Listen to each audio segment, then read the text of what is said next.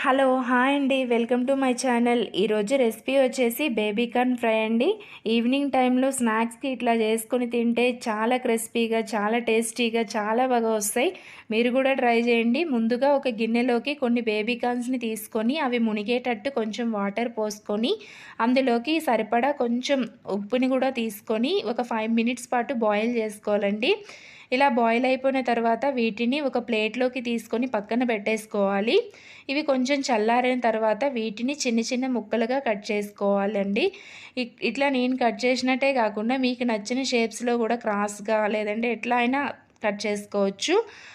వీటన్నింటిని ఒక గిన్నెలోకి తీసుకొని దానిలోకి ఒక 2 టేబుల్ స్పూన్ వరకు మైదా పిండిని, అదేవిధంగా సరిపడా సాల్ట్‌ని, చిటికెడు పసుపుని, అదేవిధంగా మనకి టేస్ట్‌కి సరిపడా కారాన్ని, దానితో పాటు ఒక హాఫ్ స్పూన్ గరం మసాలాని, అదేవిధంగా ఒక హాఫ్ స్పూన్ కార్న్ ఫ్లోర్‌ని, కొంచెం ధనియాల పొడిని, ఆ పైన కొంచెం కొత్తిమీరని జల్లుకొని కొంచెం కొంచెం వాటర్‌ని యాడ్ చేస్తూ కలుపుకోవాలండి. ఇట్లా వాటర్ పోసేటప్పుడు ఎక్కువగా పోసుకోకూడదు.